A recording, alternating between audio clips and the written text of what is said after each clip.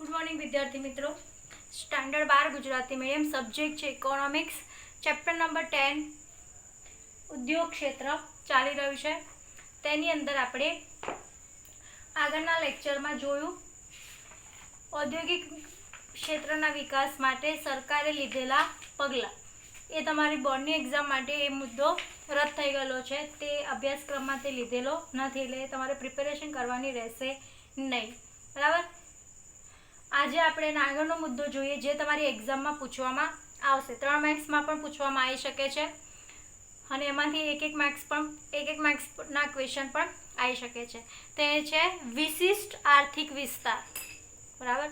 વિશિષ્ટ આર્થિક વિસ્તાર એટલે કે સ્પેશિયલ ઇકોનોમિક ઝોન, એને આપણે સેઝ તરીકે પણ ઓળખીએ છીએ। બરાબર।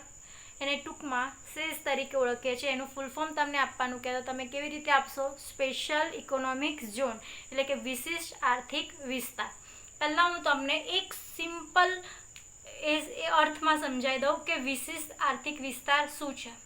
તો સરકારે અમુક એવા એરિયા છે જ્યાં ઘડી વિશિષ્ટ આર્થિક વિસ્તાર તરીકે ઘોષિત કર્યા છે। એનું રીઝન કે એનું કારણ એ છે કે લોકો જે કંપની સ્થાપનારા એટલે કે જે બિઝનેસમેન હોય છે, ધંધાકીય એકમના વેપારી પેઢીના જે માલિકો હોય છે, એ હંમેશા એવા જગ્યા પર ધંધો સ્થાપવાનો વિચારશે જ્યાં ઘડી વધારે લોકોને સુવિધાઓ મળી રહે, પાયાની સુવિધા મળી રહે, પછી એમનો ધંધાનો વિકાસ થાય અથવા એમનું વેચાણ વ્યવસ્થા વધે, એમનું જાહેરાત વધારે થાય અને એમની રેપ્યુટેશન વધે, એવા એરિયામાં એ લોકો કંપની સ્થાપવાનું વિચારશે।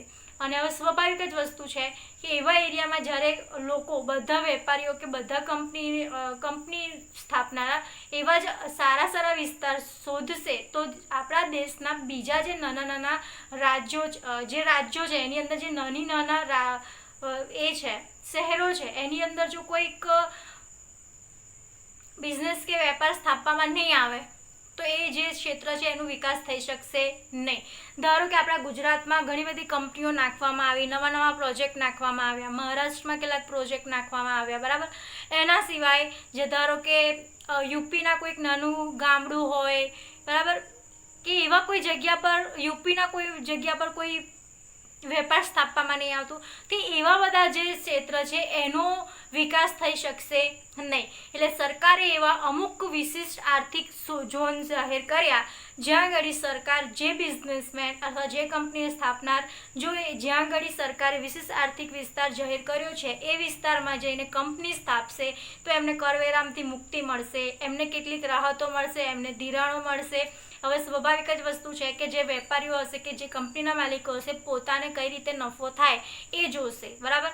તો સરકારે આપણા દેશનો વિકાસ થઈ શકે, રાજ્યોનો વિકાસ થઈ શકે, ગામડાનો શહેરોનો વિકાસ થઈ શકે એટલા માટે એક આ પગલું લીધેલું છે કે અમુક ભાગો વિશિષ્ટ આર્થિક વિસ્તાર તરીકે જાહેર કર્યા છે કે જ્યાં ઘડી જઈને કંપની સ્થાપે ને કંપનીનો વિકાસ થાય અને કંપનીના વિકાસ સાથે સાથે આજુબાજુનો જે એરિયા છે એનો પણ વિકાસ થાય। તો સરકાર એમના માટે જે પણ આ જે કંપની સ્થાપનારા જે માલિકો હોય છે એમને કેટલાક કરવેરામાંથી મુક્તિ આપે છે, ધિરાણ આપે છે, એમને પાયાની સુવિધાઓ આપે છે, તેમને નિકાસ વધે એવા પ્રયત્નો કરે છે। બરાબર।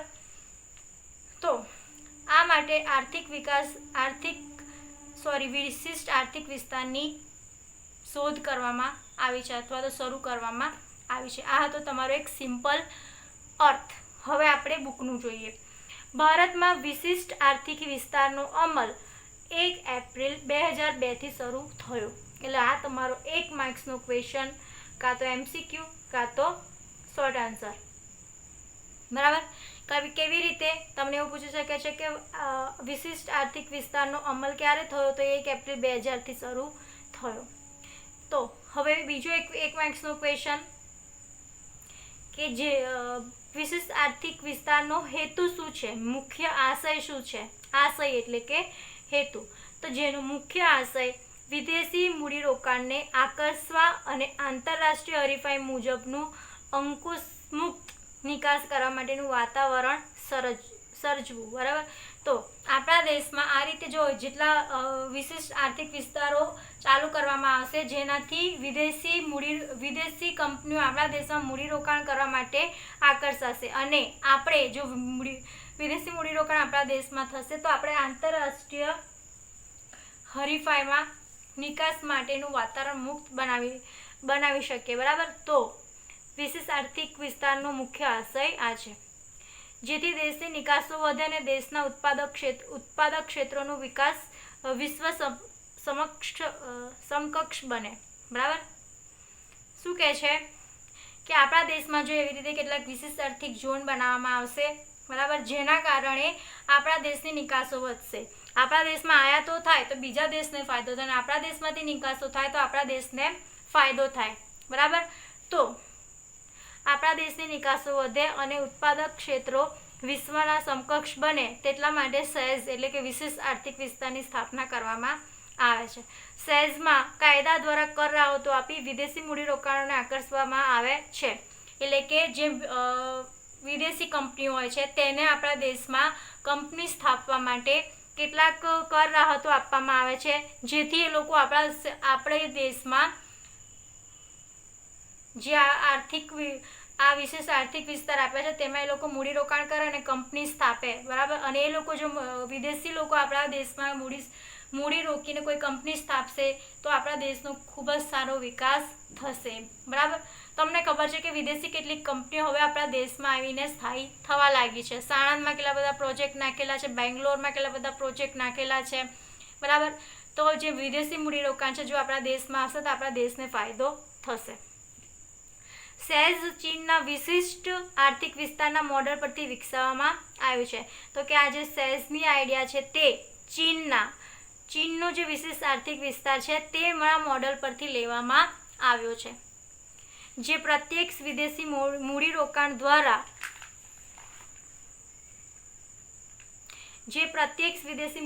દ્વારા નિકાસ કરતા ઉત્પાદક ક્ષેત્રોનો વિકાસ કરવા માટે ઉપયોગી છે. એટલે કે જે આપણા વિદેશી મૂડીરોકાણ કરે છે આપણા દેશમાં, અને આપણા દેશમાં મૂડીરોકાણ થશે એટલે આપણા દેશમાંથી નિકાસ વધશે અને તેના કારણે આપણે વિકાસ કરવા માટે ઉપયોગી બને છે. વિશેષ આર્થિક વિસ્તારમાં કરમુક્ત વિસ્તાર ઊભો કરવામાં આવે છે. તો કે જે આ વિશેષ આર્થિક વિસ્તાર હોય છે તે કરમુક્ત હોય છે, તેના ઉપર કોઈ પણ જાતના સરકારે કરવેરા નાખેલા હોતા નથી, એ વિસ્તારમાંથી કરમુક્ત રાખવામાં આવે છે. હવે એવી કંપનીને જે કરમુક્ત વિસ્તાર મળશે જેના કારણે તે લોકો ફ્રીલી કોઈ પણ ધંધો કરી શકશે, મૂડીરોકાણ કરીને ખૂબ સારી રીતે ધંધાનો વિકાસ કરી શકશે, એમને એ કર ભરવા પડતા નથી. બીજા શબ્દોમાં કહીએ તો વિશેષ આર્થિક વિસ્તાર એક એવો ભૌગોલિક વિસ્તાર ઊભો કરવામાં આવે છે જે દેશમાં એક એવો વિસ્તાર બને છે જ્યાં આર્થિક કાયદાઓ દેશના કાયદાઓથી ભિન્ન હોય છે. એ આપણા દેશમાં જ અને આપણા જ દેશના એક અલગ ભૌગોલિક વિસ્તારમાં સ્થાપવામાં આવે છે, અને એ દેશનો એવો વિસ્તાર બને છે કે જ્યાં આર્થિક કાયદાઓ દેશના કાયદાઓથી ભિન્ન હોય છે. આપણા દેશના જે કાયદાઓ હોય છે આર્થિક કાયદાઓ આપણા દેશથી થોડાક અલગ હોય છે, તે સ્પેશિયલ વિશેષ આર્થિક વિસ્તાર માટે અલગ કાયદાઓ બનાવવામાં આવ્યા હોય છે. સેઝનો ઉપયોગ ચીન, ભારત, જોર્ડન, પોલેન્ડ, ફિલિપાઇન, રશિયા અને ઉત્તર કોરિયા જેવા દેશો કરે છે. અહીંયા આ પણ એક માર્ક્સનો ક્વેશ્ચન હોઈ શકે છે કે સેઝનો ઉપયોગ ચીનના ભારત કોણ કરે છે, કયા કયા દેશો કરે છે, બરાબર. તો તેમાં તમે લખી શકો છો કે સેઝનો ઉપયોગ ચીન, ભારત, જોર્ડન, પોલેન્ડ, ફિલિપાઇન, રશિયા, ઉત્તર કોરિયા જેવા દેશોએ કર્યો છે. એટલે કે આ જે સેઝનો જે આઈડિયા છે તે ઘણા બધા દેશો ફોલો કરે છે, જેથી એ લોકોના દેશમાં પણ મૂડીરોકાણ વધારે પ્રમાણમાં થઈ શકે. ભારતમાં કેટલા રાજ્યોમાં સેઝની સ્થાપના કરવામાં આવી છે એ જોઈએ. એટલે કે આ તમારા માટે 2 માર્ક્સનો ક્વેશ્ચન છે, બરાબર. ભારતમાં 8 સેઝની સ્થાપના કરવામાં આવી છે, એટલે કે વિશેષ આર્થિક વિસ્તારની ભારતમાં 8 જગ્યા એવી છે જેને વિશેષ આર્થિક વિસ્તાર તરીકે જાહેર કરવામાં આવ્યો છે.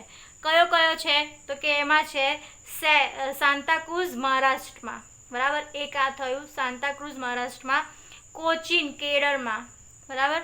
પછી છે કંડલા અને સુરત એટલે ગુજરાતમાં, બરાબર. ચેન્નઈ તમિલનાડુ, ચેન્નઈ શામાં આવે તમિલનાડુમાં, વિશાખાપટ્ટનમ આંધ્રપ્રદેશમાં, ફાલ્તા પશ્ચિમ બંગાળમાં અને નોઈડા ઉત્તર પ્રદેશમાં સમાવેશ થાય છે. એટલે કે 8 જગ્યાને વિશેષ આર્થિક વિસ્તાર તરીકે જાહેર કરવામાં આવ્યો છે, ત્યાં આગળ સ્થાપના કરવામાં આવી છે. કયા 8 જગ્યા પર? તો આપણે પહેલા રાજ્યોની વાત કરીએ તો કે મહારાષ્ટ્ર, કેરળ, ગુજરાત, તમિલનાડુ, આંધ્રપ્રદેશ, પશ્ચિમ બંગાળ અને ઉત્તર પ્રદેશ. બરાબર. તો આ બાબત તમારે યાદ રાખવાની. 2 માર્ક્સમાં આ ક્વેશ્ચન તમારો આવી શકે છે. અને હવે નવા 18 સેઝની રચના માટે દરખાસ્ત રજૂ કરવામાં આવી છે. એટલે કે નવા સ્પેશિયલ ઇકોનોમિક ઝોનની રચના કરવા માટે ગવર્મેન્ટ સામે દરખાસ્ત રજૂ કરવામાં આવી છે કે એવા કેટલાક વિસ્તારો હજુ પણ હોવા જોઈએ જેથી આપણા દેશનો આર્થિક વિકાસ થઈ શકે, રાજ્યનો વિકાસ થઈ શકે, ગામડાનો વિકાસ થઈ શકે. મુદ્દે તમારે એટલું યાદ રાખવાનું છે કે વિશિષ્ટ આર્થિક વિસ્તાર એટલે કે એક એવી જગ્યા કે જ્યાં આગળ આપણા દેશના કરતા અમુક કાયદા વિભિન્ન હોય છે, ત્યાં કરવેરા મુક્ત રાખવામાં આવેલા હોય છે અને વિદેશી કંપનીઓ આપણા દેશમાં મૂડીરોકાણ કરવા ઈચ્છે છે તેમને આકર્ષવાનો પ્રયત્ન કરવામાં આવે છે. બરાબર. અને આપણા દેશની નિકાસો વધે અને આપણા દેશને ફાયદો થાય તેવા પ્રયત્નો કરવામાં આવે છે સેઝ દ્વારા. સેઝનું ફૂલ ફોર્મ છે સ્પેશિયલ ઇકોનોમિક ઝોન, એનું ગુજરાતી છે વિશિષ્ટ આર્થિક વિસ્તાર.